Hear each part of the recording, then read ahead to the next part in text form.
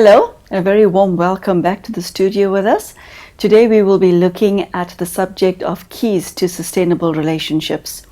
In this series entitled Karma, Destiny and Choice, we are looking at various aspects which touch on those three subjects, and specifically relationships, which is of interest to every single one of us.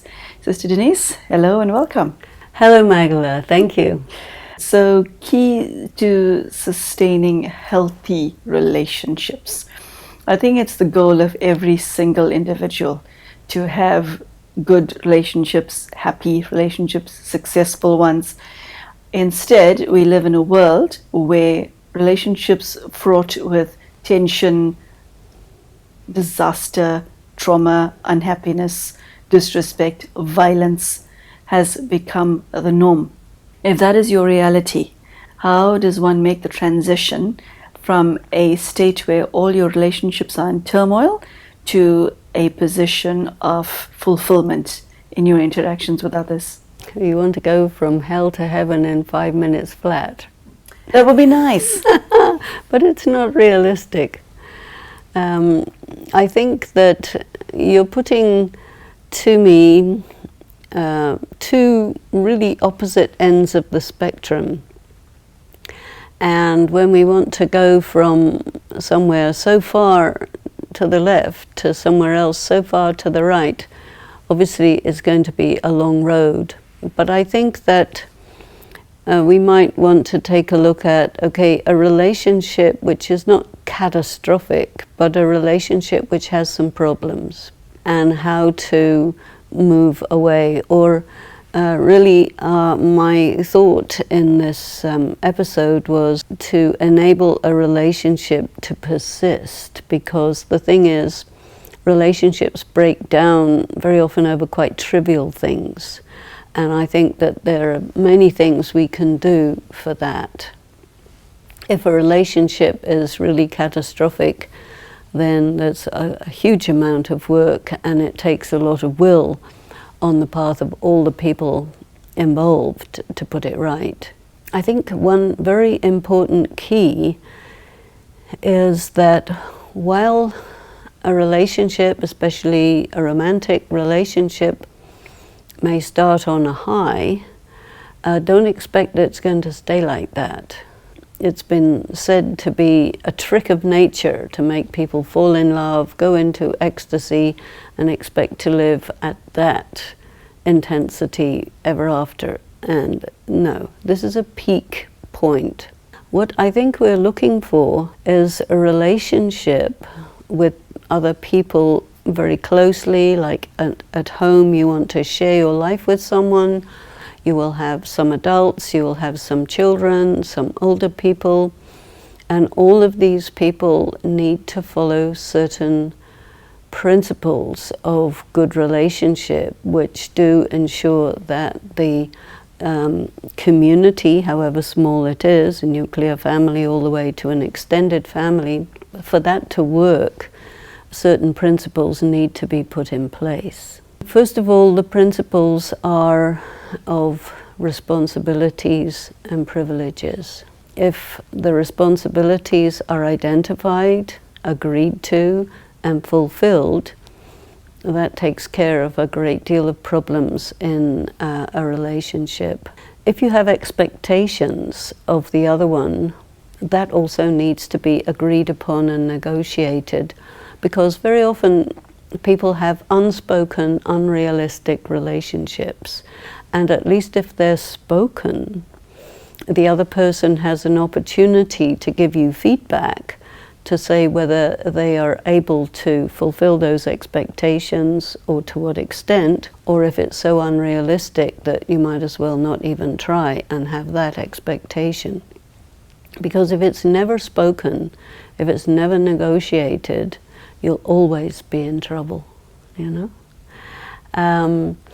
I think you need to make sure that the other person knows what you need from the relationship and what you need in the context of the relationship, like your alone time, time for your work, your hobbies, your whatever it is that you may not do together with the other person, because while you are sharing life with another person, it doesn't mean that you're with that person 24/7. That's not what is meant by a shared life. If it's a couple with children, then you have to understand that how you relate to each other has a huge impact on the children, and you need to negotiate how you're going to behave and interact in the context of children. You may come into a relationship where there are already children, and then you have to create a relationship with those children so that it is a functioning unit. You need to take a look at some what-ifs. If one of them gets ill, what can be expected? If one of them loses their income, what will we do? If the parents of either of the others need special attention, what is the arrangement? If either of us die, what is the arrangement? Do we make a will? Good idea. Holidays. How do we like to do holidays? Time out from just alone time with each other. How do you want to do that? If there are problems, you have ego clash or something like this, then you need to really sit down and work out those things. In many cultures, the assumption is that everybody already understands everything, so you don't need to discuss it. But this is a very false assumption, and everything does need to be discussed. You need to understand the rights within a relationship. You may need a certain amount of privacy, you may need a certain amount of time together. Do you eat together always? Do you have rules about, reading at the table, using the cell phone at the table, having the television on or off or whatever? Because it's always over these little silly things that people get into big arguments. What you just stated was obvious. Yeah. Okay, but why is it that so many people miss the obvious? Well, because within the culture there is an assumption that it doesn't need to be discussed, and it does. The things are obvious, but the fact they need to be discussed is not obvious. People don't really understand what causes problems, and when you discuss things and open up everything, you realize that you're not just having a relationship with one person, but with all the other people in that person's life. There may be some of your spouse's friends that you don't have interest in or don't get along with or even don't approve of. So there needs to be discussion about that. It may be that you feel neglected in a relationship because the other person may feel that, well, if their needs are met, then it's automatically okay, everybody's needs are met. But no, their needs may be met, but your needs may not be met. So every little thing actually needs to be negotiated. And I think a big deal is that you have to cross over the assumption that things don't need to be discussed. At every step, they do need to be discussed. Sometimes people feel that they don't have a right to express their needs. Well, they do have a right. They may have heard messages that they don't have a right, but they do have a right. If you can sort out these obvious things, then when it comes to subtle, deeper things, you've already opened up the way for discussion, and so it's going to help, I think, quite a lot. In every relationship, there are always big challenges. And when you arrive at a big challenge, first of all, it's very helpful if you have a certain amount of detachment, because when there is attachment in a relationship, there's always much more suffering, sorrow, upset, reactiveness, and so on. If you have dispassion and detachment, and that you're not in a dependent relationship, that relationship is likely to survive quite well.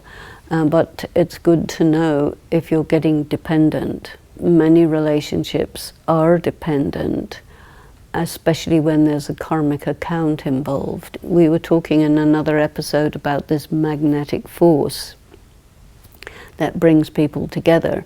It also causes people to get mutually dependent, and then there is some kind of betrayal, some kind of unfulfilled expectation, some sort of a need that is not fulfilled, that the person doesn't plan on fulfilling, doesn't want to fulfill, but the other one wants it. So you have a clash of desires in that way. If you are using the relationship to sustain you, that's not really what the relationship is about. I think a relationship, you do gain a great deal from a relationship, but you have to put into the relationship. You have to invest time, energy, attention. You have to have a feel for what the other person needs from you and fulfill it within certain quite clear limits, so that it doesn't go beyond what you're able to continue to provide indefinitely. You always have to think, can I put in this much attention over a long, long period of time? You may start by giving a lot of attention, and then it gets all too much and you stop doing that, and then the other person says, you don't love me anymore. It's just that you didn't think about continuing this over a long period of time. Another thing is that people take each other for granted, and that's also something you have to be careful about. I think it's always good to keep renewing the relationship, bringing good energy into it, because people want to draw a lot from relationships. They may fizzle out because you just took all the energy out of that relationship because of being so needy. So investing in the relationship is very important to sustain it. There are many who are watching you right now who would like for their relationships to be of a good quality. But there are individuals whose relationships with significant others in their lives are broken, where trust has been damaged, where respect has been lost. How does one heal from that? There may be a situation where one of them humiliates the other one. Now, the other one who got humiliated, how much of an ego problem do they have? To what extent is the relationship more important than the issue of being humiliated, or what exactly was the nature of the humiliation? Will they sit together and discuss it and get across it? Each and every challenge has to be dealt with, challenge by challenge. Most people come from dysfunctional families, but your dysfunctionality and somebody else's dysfunctionality may not be the same. And then you come together, you have double dysfunctionality. Right. And so you need to really be willing to do any kind of inner work or therapeutic work to deal with the dysfunctionality, because a lot of people don't get the extent to which they have been distorted through their dysfunctional family environments. And this creates a great deal of problems in relationships. I can't help but wonder, when it comes to relationships, there's a certain percentage of relationships that are damaged beyond control, and those that are damaged but can be repaired. How do you know which relationships you should walk away from because they're very toxic, or stay and fix? How do you know? I think that you need to begin the process of trying. And that means try negotiating. If somebody is behaving irrationally, do they admit that they did something wrong and are willing to talk about it and are willing to do what is needed in order to put it right. If they don't, there's a problem. If a person says, yes, I will, I will, I will, but they don't, then you maybe give them 2 or 3 chances, and then you say, you've failed me 3 times, 1 more time, and I'm out of here. You give people an option. But I think that you will know if whatever you have tried really doesn't work. Sister Denise, earlier you mentioned the word attachment, and you spoke of the importance of being detached. Now, here's the reality. Most people rush into a relationship and enjoy a relationship because of the attachment to another person. The more attached we are to each other, the more happier we are. Because it's, wow, I've got this fantastic relationship, and I don't just mean romantic ones. I'm very close to my brother. I can't live without my sister. My mother is my life. Okay, this is how we define a good relationship. And you are now shattering that with this word called detachment. Is detachment not being cold, pulling away from somewhere where you'd like to be? Why detachment? Why not enjoy the attachment if it's mutually beneficial? Well, that's a big question. It might not be. Okay, but what's the big deal about attachment? We love our attachments. Until we experience that being attached is a kind of bondage. Again, we love our bondages because it's so wonderful being in this warm, fuzzy cocoon of a relationship with somebody that you're close to. Tell me what it is about spirituality that advocates for detachment. The problem is you become emotionally dependent, and then that person, sooner or later, is not able to or willing to fulfill your needs. And what detachment is about is it puts you in a position where you can actually fulfill your needs through your relationship with God, who is able to fulfill your needs much better than your warm fuzzy cocoon. And you're able to then bring something into the relationship, because otherwise you will consume all of that, you can say, credit that is there in the warm fuzzy cocoon, and then it becomes not very warm and not very fuzzy, and it's like a cold hole, and you don't want to be there, but you're tied, so you can't get out. That's not so nice. Okay. This is what happens. And so what you want is neither codependent relationships nor dependent relationships. What you want is a relationship in which you experience your freedom, and you still feel that there is mutual love and respect.